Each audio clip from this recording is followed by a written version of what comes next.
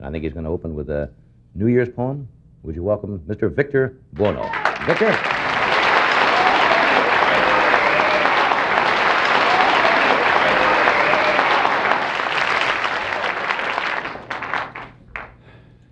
Thank you. Firm in the belief that even magnificence can be improved, I have some New Year's resolutions. A laugh, a sigh, cup of wine, a midnight toast to auld lang syne. Now fetch me paper, fill my pen, it's time to turn that leaf again. But this year I intend to make some promises I cannot break. Resolutions in my hand, resolutely here I stand on the edge of then and the cusp of now. In days ahead, I firmly vow not to play Romeo, not to sing Tosca, not to say no to an Emmy or Oscar, not to be stubborn whatever the cost, and never to ask for directions when lost. I won't learn to skydive, I won't learn to ski, and I won't throw a punch at Muhammad Ali. I won't buy a yacht or diet in Paris or marry a yak unless she's an heiress.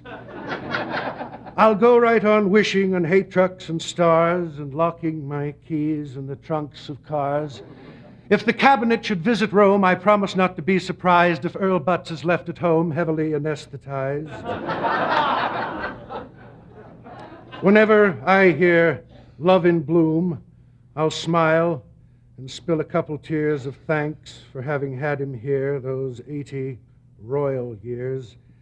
I'll be sweet to the kid who shouts, "Look at the fat man. He looks like the fat man who used to do Batman." I promise to be gentle, kind, and pleasant. But first, I'm going to knife the little peasant. In smart cafes with dainty chairs designed for Munchkin derrieres and prices fit to bust a chic, instead of being mild and meek and humbly requesting a change of venue, I'll sit on the table, demand a menu, consider which dishes I deem apropos, and order a 7-course dinner to go. I'll boycott, banish, and ignore. I'll challenge to an open war commercials and ads and sales pitches composed by skinny sons of beagles proclaiming with fanatic relish that fat is awful, fat is hellish, fat's unlawful, fat's sad, fat's abnormal, fat is bad. Well, they're liars and it's just a bunch of bull. For fat is never having to say you're full. And I really should stop there, but there are 4 more lines, and I'm paid by the line, and I can use the extra 20 cents. So, and although I've been told that it's sweet to grow old and just watch as cares fade like a tan, I'm resolving to live just as long and as wide and as much as I possibly can.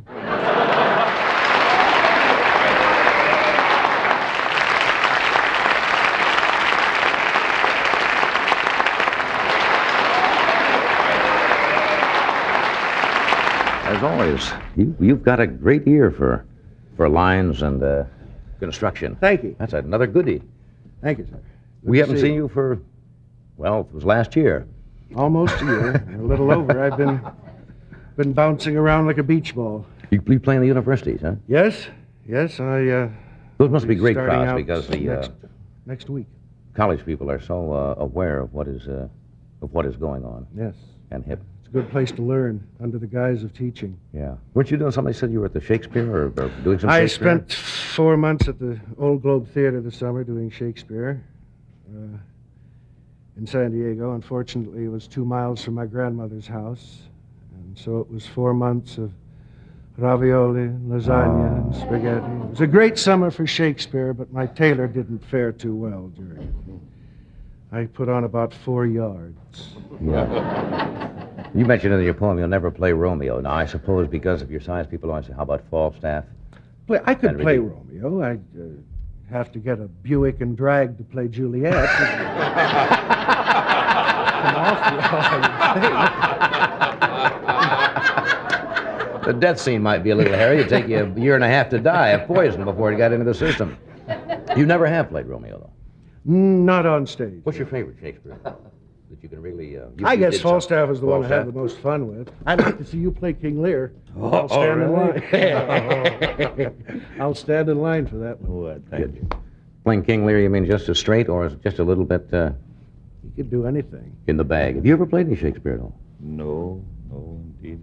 I wouldn't dare touch it. Oh, it's the doorkeeper in that Scottish play you're not supposed to mention while you're doing a show because it's bad luck.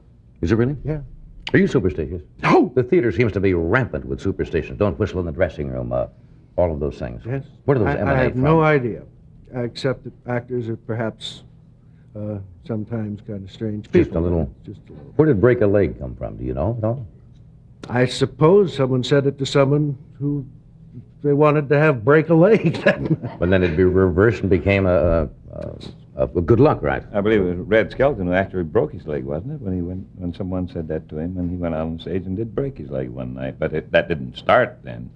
No. It's many years old. But you said something about the dressing room. Don't whistle in the dressing Yeah. room and all this. That was bad luck. But the bad luck I've had when I've been with you is I've never had a dressing room.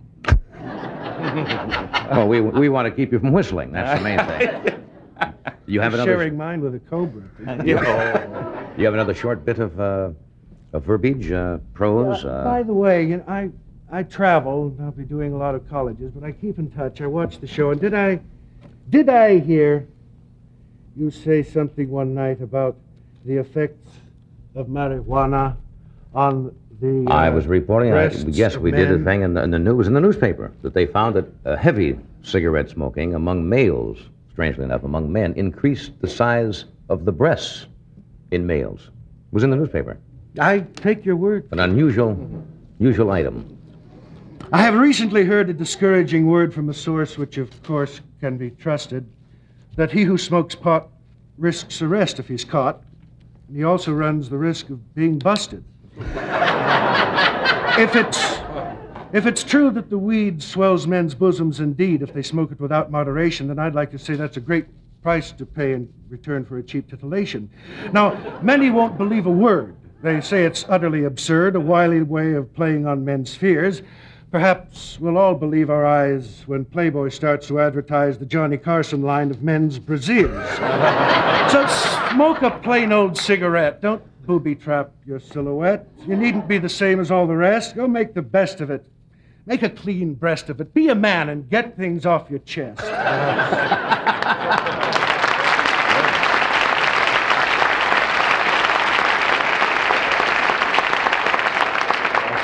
You will never lack for material the way things have been going lately. It's good to see you again. Good to be back. We'll take a short break, and Atlas Roger St. John will join us, so stay where you are.